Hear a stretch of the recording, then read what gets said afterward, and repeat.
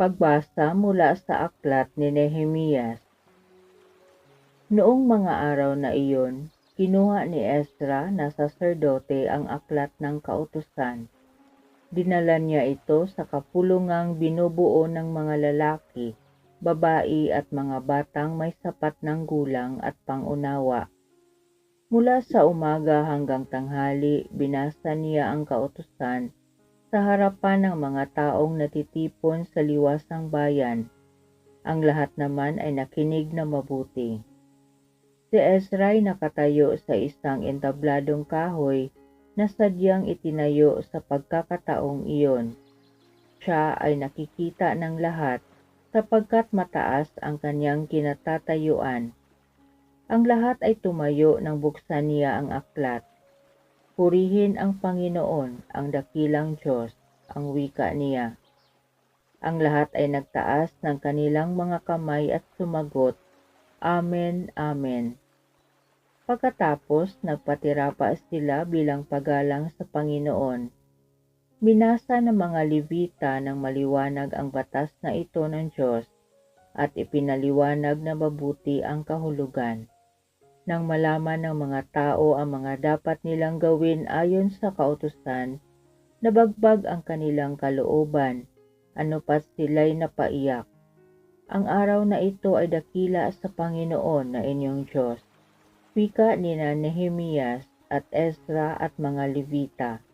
Nakikinig ang mga tao at umiiyak nga, kaya't sinabi nila, Huwag kayong umiyak. Wika pa nila, Umuwi na kayo at magdiwang.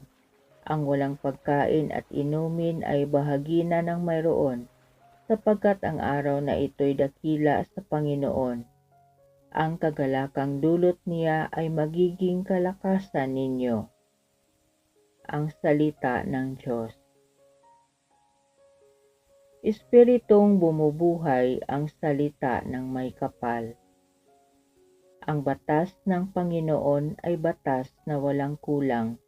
Ito'y utos na ang dulot sa tao ay bagong buhay. Yaong kanyang mga batas ay mapagtitiwalaan. Nagbibigay ng talino sa pahat ang kaisipan. Espiritong bumubuhay ang salita ng may kapal. Ang tuntuning ibinigay ng puon ay wastong utos. Liligaya ang sinuman kapag ito ang sinunod.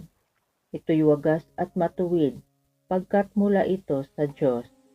Pangunawa ng isipan, yaong bungang idudulot. Espiritong bumubuhay ang salita ng may kapal. Yaong paggalang sa puon ay marapat at mabuti, isang banal na tungkulin na iiral na parati. Pati mga hatol niya'y matuwid na kahatulan. Kapag siya ang humatol, ang pasya ay pantay-pantay. Espiritong bumubuhay ang salita ng may kapal. Naway itong salita ko at ang aking kaisipan sa iyo ay makalugod, Panginoon ko't kanlungan.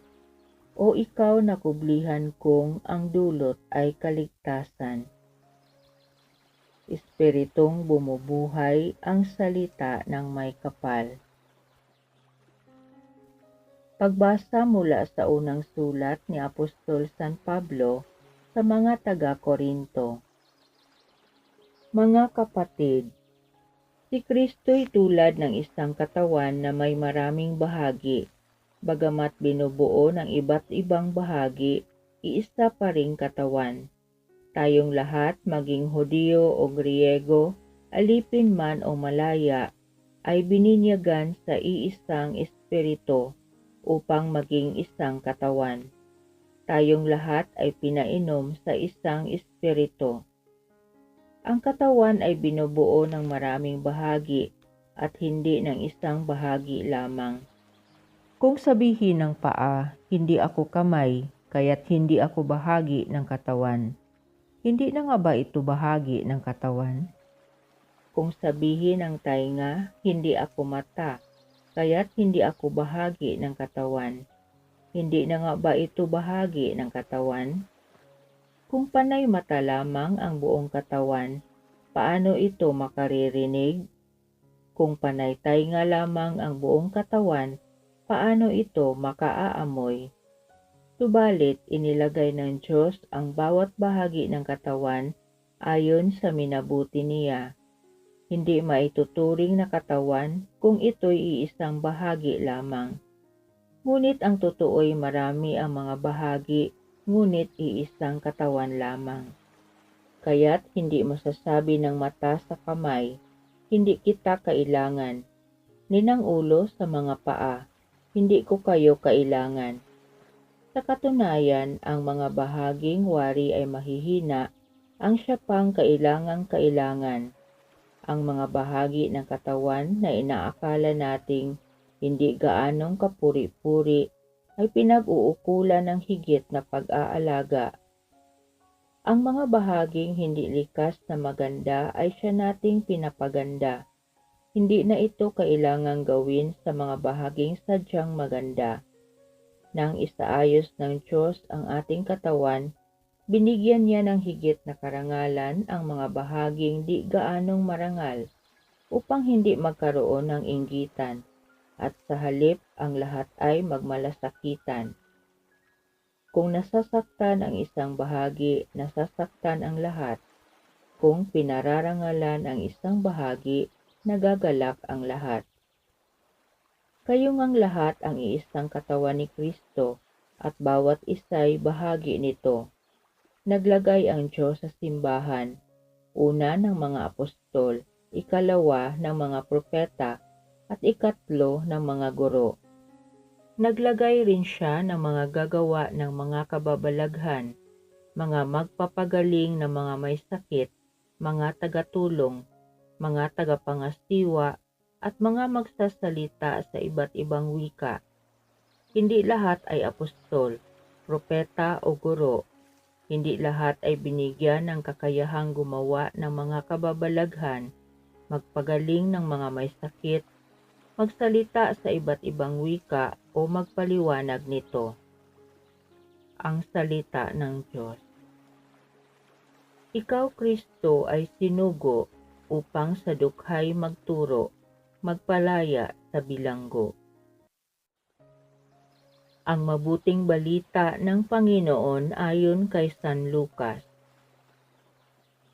Kagalang-galang na Teofilo, marami na po ang nagsikap na sumulat tungkol sa mga bagay na naganap sa gitna namin. Ang kanilang sinulat ay ayon sa sinabi sa amin ng mga nakasaksi nito, buhat sa pasimula at nangaral ng salita. Matapos na ako'y makapagsuri ng buong ingat tungkol sa lahat ng bagay na ito, buhat pa sa pasimula, minabuti ko pong sumulat ng isang maayos na salaysay para sa inyo upang lubusan ninyong matiyak ang katotohanan ng mga bagay na itinuro sa inyo. Noong panahong iyon, bumalik si Jesus sa Galilea at sumasa kanya ang kapangyarihan ng Espiritu Santo.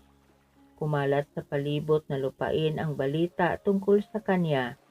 Nagturo siya sa kanilang mga sinagoga at dinakila siya ng lahat.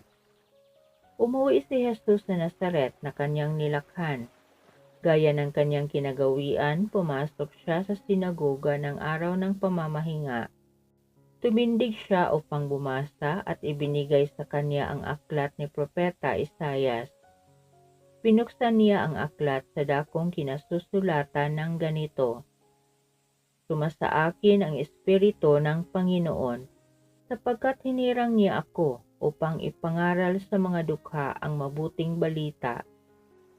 Sinugo niya ako upang ipahayag sa mga bihag na sila'y lalaya at sa mga bulag na sila'y makakikita, upang bigyang kaluwagan ang mga sinisiil at ipahayag ang pagliligtas na gagawin ng Panginoon.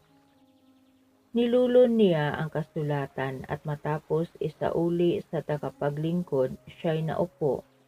Nakatitig sa kanya ang lahat ng nasa sinagoga at sinabi niya sa kanila, Natupad ngayon ang bahaging ito ng kasulatan samantalang nakikinig kayo.